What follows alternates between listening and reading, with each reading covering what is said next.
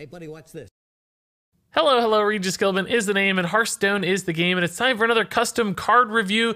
This time around, you guys were tasked to create a card that only utilized 8 words or less for its effect, and that means you had to make some pretty simple stuff. That said though, still some really cool designs, really unique and creative ideas utilizing those simple 8 words. That said, let's go ahead and take a look at the 10 best cards this time around. Up first here we have the Cursed card from King Kuba, a legendary spell for Warlock.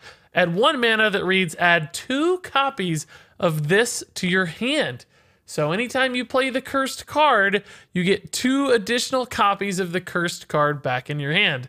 And of course, that could snowball really quickly. Those 2 could turn into 4, those 4 could turn into 8, etc., etc. And you might be wondering, well, why on earth would you want to do that? Well, there's a couple reasons actually in Warlock that this could be a really neat little synergy card.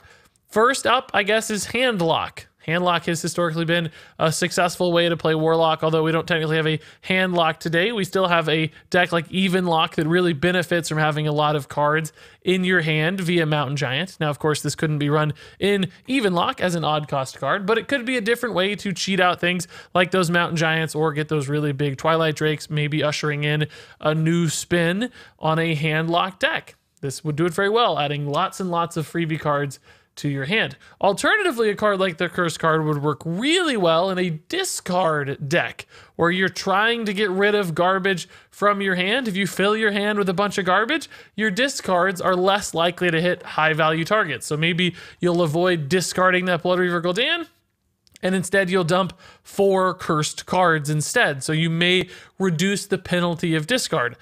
That said though, the Cursed card itself is a bit of a waste of mana. You're not necessarily doing much. It's probably okay in a Mountain Giant deck where you're happy to float a mana here or there to just really load up on cards. In a discard deck that's more tempo oriented, maybe that wouldn't be quite as good, sacrificing 2, 3, 4 mana just to get a bunch of dead weight in your hand for those eventual discards.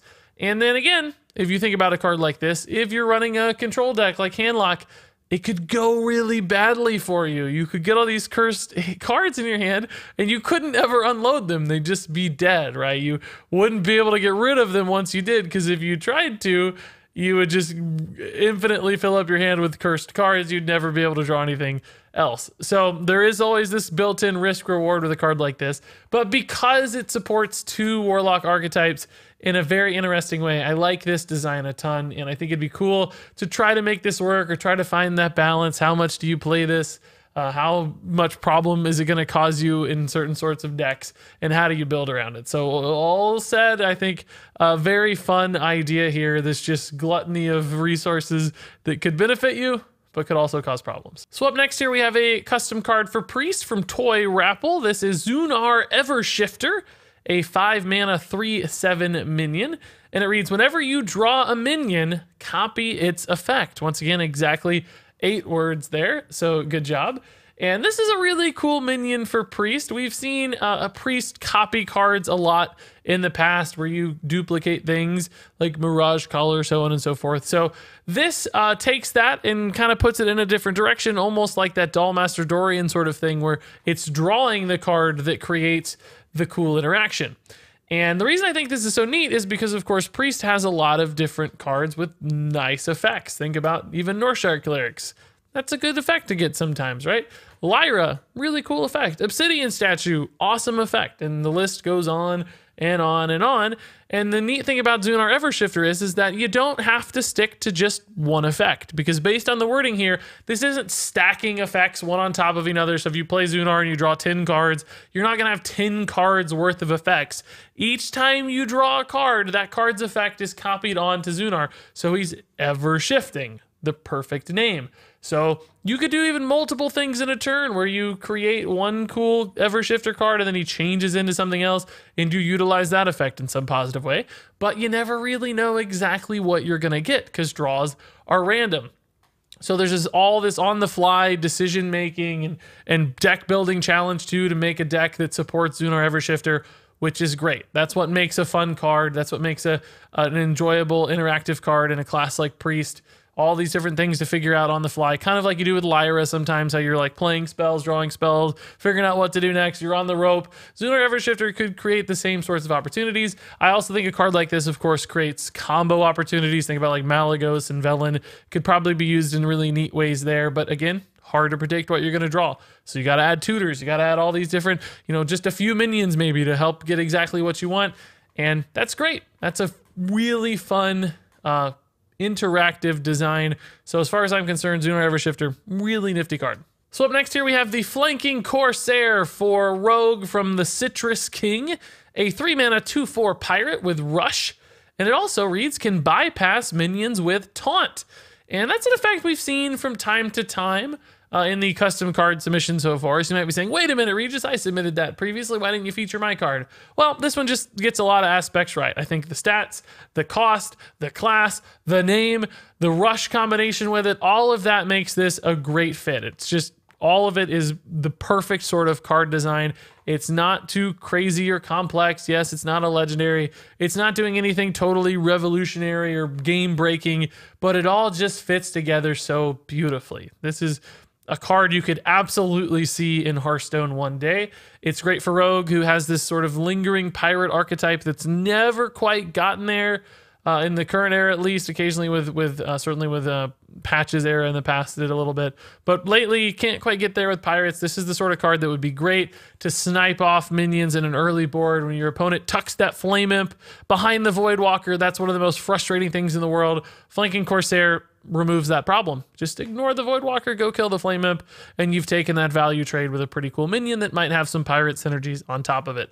So this is the perfect Rogue card. It's just not that much to talk about because it's so obvious and so clean, but it's just good. The Citrus King, as far as I'm concerned, you got absolutely everything right on this one, and that's why I like it so much. Up next, we have Bernard the Brew Hound from Pinsalina. This is a 2-mana 2/3 legendary for Hunter. Of course, he's a beast because he's the cutest dog in the world. Nice little St. Bernard with a dwarf friend. And Bernard reads, always appears in your starting mulligan.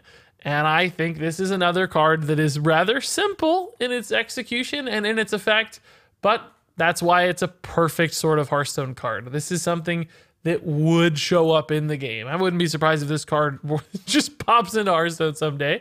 And some people might say, well, Regis, that's not really that good. And I would probably debate you a little bit there and say, okay, maybe not. It's not, it's just a river crocolisk if you actually play this thing. But the consistency of it always appearing in your mulligan, I think, offers some promising opportunities. Just ensuring that you have a consistent 2-drop can be really important in Hearthstone, especially if you're playing a deck that utilizes, a mid-range beast style curve, as we've seen Hunter do really successfully in the past. This means things like your Houndmaster might get an extra layer of consistency, so you are likely to have a minion. Maybe you want to play Kill Command on 3 for some reason, or some other beast synergy card that we don't even know about yet. Bernard the Brewhound would enable that, and he'd give you some just reliability in an early minion-based deck, and I think that's perfect. Now, admittedly, if you don't have that, Bernard would never be played. Most classes wouldn't want this. Something being guaranteed in your mulligan that isn't a profoundly strong card is actually bad, because then that decreases the likelihood that you'll get some other, matchup key card that you have to keep in the mulligan, some really powerful thing. So Bernard would have very specific uses and may not always be a popular meta card, but nonetheless, I think it's a great fit for what Hunter's trying to do some of the time and in some metas. And that's why it's a cool card. Not overpowered, but consistent. So almost the opposite of something like Prince Keleseth, which is this insanely high roll card that shows up every once in a while and instantly wins you the game. Bernard is the opposite. He's always there. He's good when you need him. He fits into your game plan, but he doesn't just swing a game in some ridiculous way. So not as powerful as Prince Keleseth probably, but in my mind, much healthier for the game and a card that I'd like to see. Moving on, we have Spellstone Mastery from Romano. This is a 1-mana spell for Mage that simply reads, discover a Spellstone. And Spellstones, you guys will know, are the Kobolds and Catacombs mechanic. We saw Lesser Emerald Spellstone, Lesser Jasper Spellstone, etc., etc. Every class has one, and this would allow you to discover one. So you get a choice of 3 Spellstones. And most people will be saying right off the bat, well, Regis, most of the Spellstones probably aren't very good for Mage, because they have these conditional upgrades that Mage can't always achieve. Think, for instance, Warrior's Spellstone, which requires you to equip weapons. Mage probably wouldn't be very good at that. Yeah, they have Alaneth, but beyond that, wouldn't work all that well. If you think about Shaman's Spellstone, they have to overload cards, and Mage doesn't have any overload stuff, so that one might seem really bad too. The good ones might be something like Warlock. You could ping yourself to activate Warlock's Spellstone. That wouldn't be too hard. Hunter has some natural fit synergies because Mage could run secrets. So some of them seem better than others, but I also want to remind you that the Spellstones at a base level aren't necessarily terrible. And being able to choose one to fit a given matchup might still be good. For instance, Rogue's Spellstone is a single target removal spell. If your opponent's playing, singular large minions, if you go into an even lock matchup, maybe you want Rogue's Spellstone. Priest's Spellstone's not that bad at a default level either. Maybe you just want to resummon some of your big stuff. So depending on the kind of deck, the kind of matchup, the kind of meta, this could give you some flexibility. You could also maybe try to build out your deck to support a card like this, toss in a couple death rattles in case you see the rogue, that sort of thing. But I don't know that that's necessary. I think you could just run this as a flexible tool. Most of the Spellstones are okay at a base level, and then they get much, much better over time. But, Hunter Spellstone, even if you don't have secrets, a couple 3/3s might be good in some matchups. Druid Spellstone, a 2 damage, 1 mana ping, might be better than nothing. So I like the flexibility that this provides, not to mention it's a very cheap spell, and of course Mage has a lot of synergies with cheap spells. On top of all of that, the artwork here, Romano, is perfect. You've got this very Kirin Tor Mage-esque set of hands with 8 rings, which would represent the 8 other classes' Spellstones. Now, I didn't see if the colors matched up perfectly, but frankly, they look kind of close. So, as far as I'm concerned, perfect artwork choice. Neat card for Mage. There are probably some questions if this did exist. What would happen when Kobolds and Catacombs rotated out of standard format, but Spellstone Mastery was still in standard format? Who cares? Just keep the Spellstones in. We've seen it before with Toki. It's certainly something that can be done. So all around, I like this card a lot. Our next card up is the Nest Awakens from Z-Beast, a 7-mana legendary spell for Priest, and it reads, replace your deck with random dragons. And oh boy, that is a fun idea. I love this dream of just playing all these giant dragons, getting Deathwings and Alexstraszas and all kinds of crazy stuff. 7 Ysseras. That's a value bomb dream. And it's Priest has got a lot of dragon synergies as well, so it's a fit for the class as far as I'm concerned. Artwork nicely executed here as well with all the different dragon aspects. And some people would say this card's like way too overpowered. Regis, you can take all your power word shields and circle healings and turn them into dragons. And you can, and I think it could be okay in certain scenarios, but keep in mind that when your deck is turned into only dragons, you have a very non-reactive deck. It doesn't have removal spells. It doesn't have card draw. You're just kind of hitting one dragon at a time and you're not doing much with it, right? So yeah, you hit 3 straight fairy dragons, you might be in trouble. Hit 3 straight Deathwings, maybe you're feeling okay, but a lot of the times this could backfire. So even if you ran this in a dragon synergy deck, you're kind of working with the cards in your hand for dragon synergies. Everything else is going to be a random dragon. And of course, depending on the dragons in the set, that could change. There might be dragons with card draw and dragons that serve as removal. Primordial Drake, for instance, is something that's a taunt and removes an opponent's small board. That would be a good dragon to get sometimes. That'd be swingy. Other cards like Nozdormu might not help you at all. So it's just one of those, throw it all up in the air and see what happens. And we've seen cards like that in Hearthstone before, and I think this is something Blizzard would probably print. I particularly like interactions here where if you run a deck with a lot of, say, low-cost spells, stuff that, isn't very useful in the late game, turning that into cooler cards later can be a really big deal. But we've seen Prince Liam try to do that before, and it doesn't always work out all that well. Prince Liam's an okay card, but not necessarily a great one. And the Nest Awakens at a 7-mana spell with no body attached. You're taking a big pass of a turn to play this in the first place. So you're going to have to be, sacrificing a ton of tempo for a card like this to ever get played at all.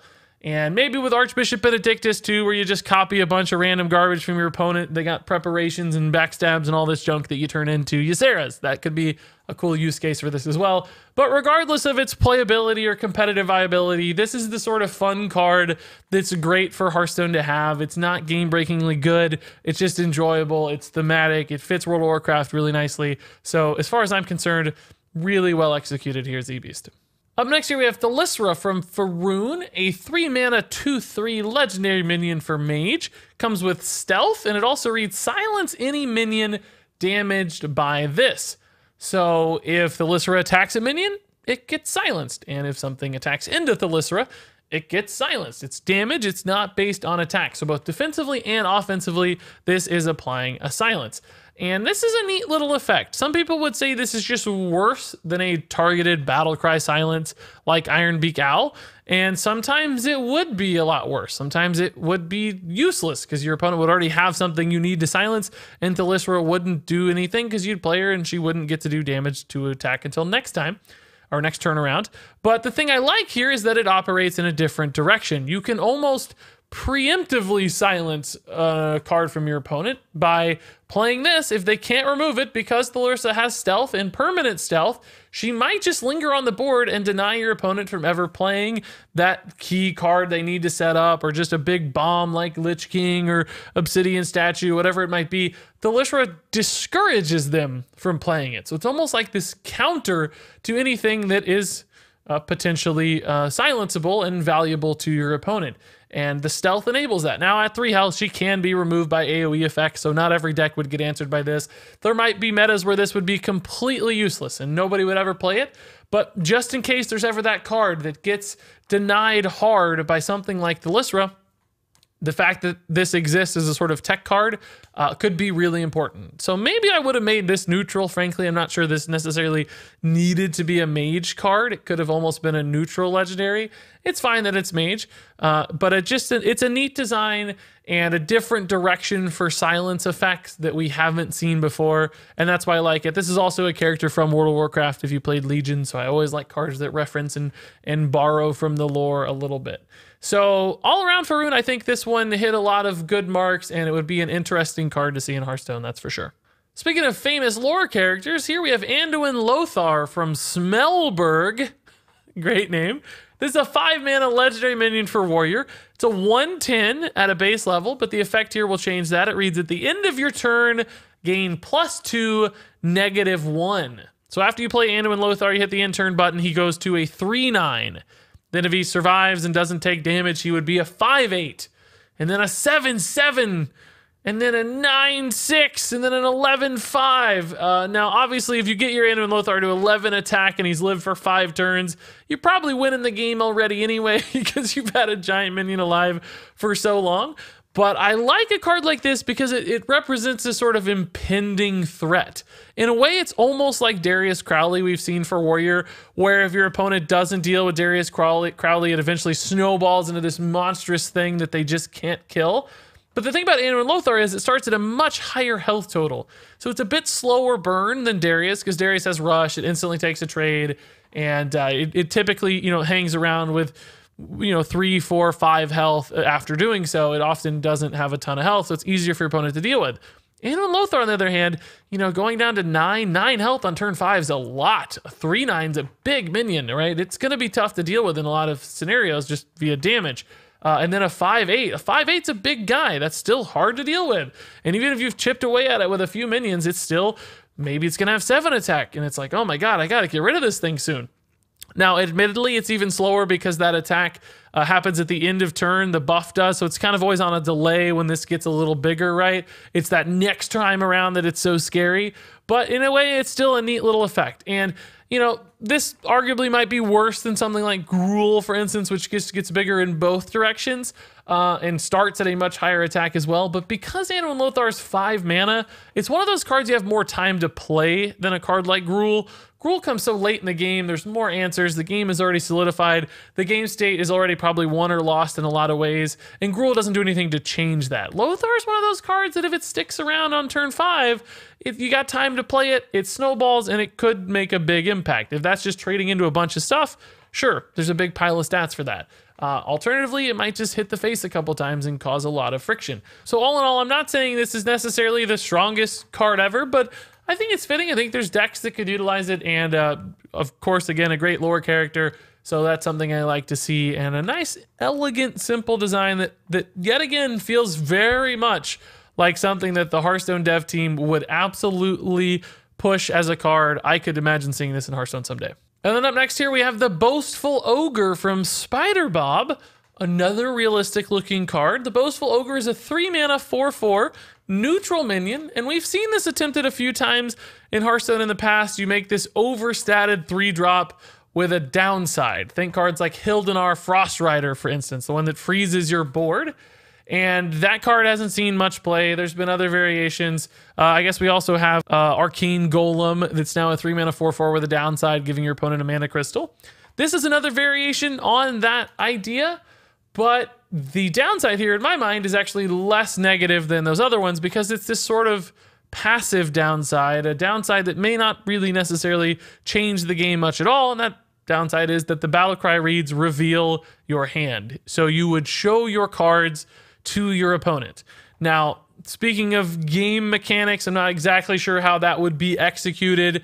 Presumably, it would just flip the cards that are, in your hand upside down like it does for the spectator client. If you're spectating both sides, it shows upside down cards on the top side of the screen, the opponent's side of the screen, and it might show them permanently. Maybe it just shows them for 5 or 10 seconds and then goes away. So it's one of those things your opponent could have to be paying attention to. Maybe they're just up there forever for simplicity's sake until you play those cards. It wouldn't reveal your hand forever, just the cards that are in your hand at the time you play the Boastful Ogre. So I think that could be done within the game client without really too much headache.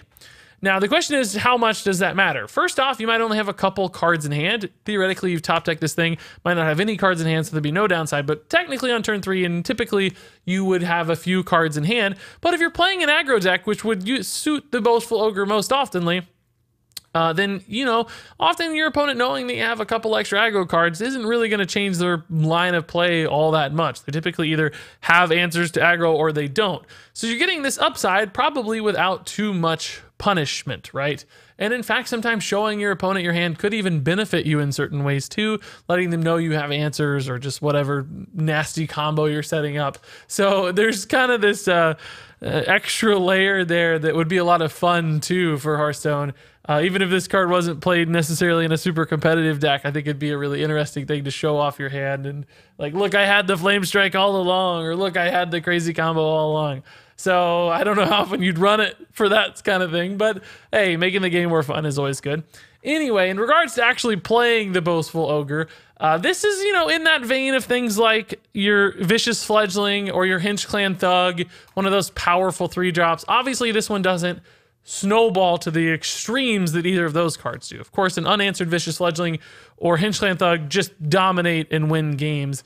And I would argue to maybe an unhealthy extent, they're very, very good. And if you don't have that immediate answer, they just become problems that lose the game for you.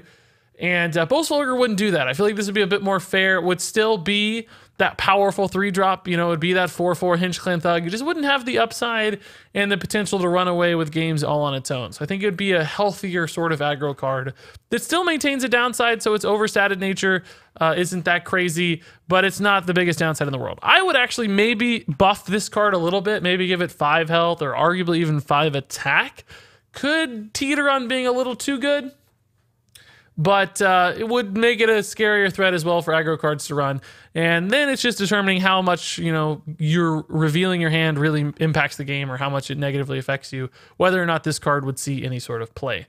So I like it. I think it fits in a good space there. It changes the 3-drop problem as I see in Hearthstone today in a positive direction. Also, it could just be a fun troll card to run. It's a shame it's an ogre because it'd be a perfect troll card to just reveal your hand sometimes. That's something you don't always get to do in Hearthstone, and I think that'd be neat. So all around, Boastful Ogre looks good to me. So finally, we have one last card here. It's Brightwing from Heroes of the Storm. You guys know I'm an old-time Heroes of the Storm player if you've been around this channel since the very, very beginning. And this card comes from Hasbro Unicorn. Brightwing is a 9-mana legendary minion for Mage. She's a 6/6. Of course, she's a dragon because she's a fairy dragon, much like the fairy dragon we see in Hearthstone today.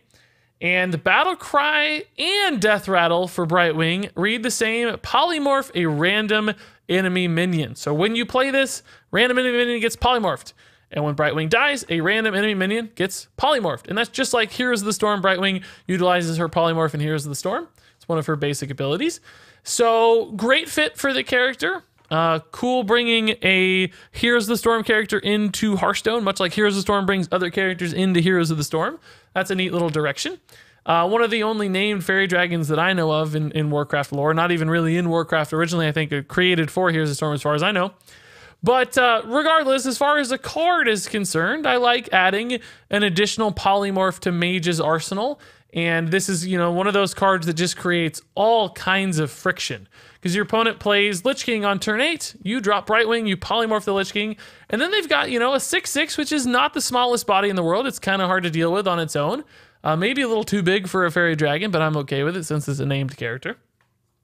And then you've got this other polymorph you got to deal with. So how do you deal with the second half of Brightwing? You can't play another big minion, or you're going to risk the polymorph hitting that next big minion. So you have to figure out some sort of side plan to deal with this. And then Brightwing is a 6/6 is a threat too, so you can't just ignore it. Maybe you have to dedicate some resources to removing this. And because of that swing potential, because of its fit for polymorph with mages, it's one of those really nice, just kind of feel good value, legendary bomb sort of cards that's still not necessarily great proactively, but maybe okay proactively. Maybe if you don't have an enemy minion, you still just play this because the death rattle is not necessarily bad, and 6/6 in stats is okay too. So I like this card a lot. I think it fits what Mage is trying to do nicely. Ties together a bunch of different games from the Blizzard library, and it does so in a cute and fitting way. So all around, Brightwing works for me.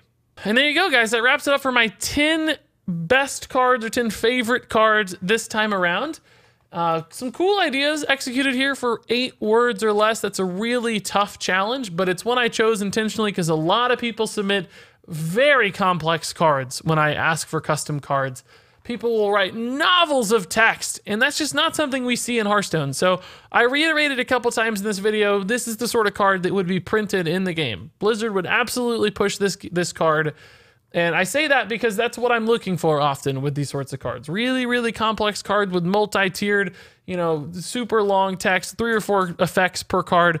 Those aren't the sort of things we see in Hearthstone, and they aren't the sort of things I typically pick for these videos. So I wanted to use this challenge as a reinforcement for the idea that tone back a little bit, dial back on how crazy and complicated you're making these ideas. Complicated does not necessarily mean good or creative. Sometimes it just means complicated. And in fact, sometimes it's harder to be creative with a limited palette like we had here with only 8 words. So all that said, tons of great cards submitted as always. I had, you know, 25 or 30 that I really liked, like I always do, and it's hard to pick the finals that make the cut, but I liked all these for various reasons, and I hope you guys enjoyed them as well.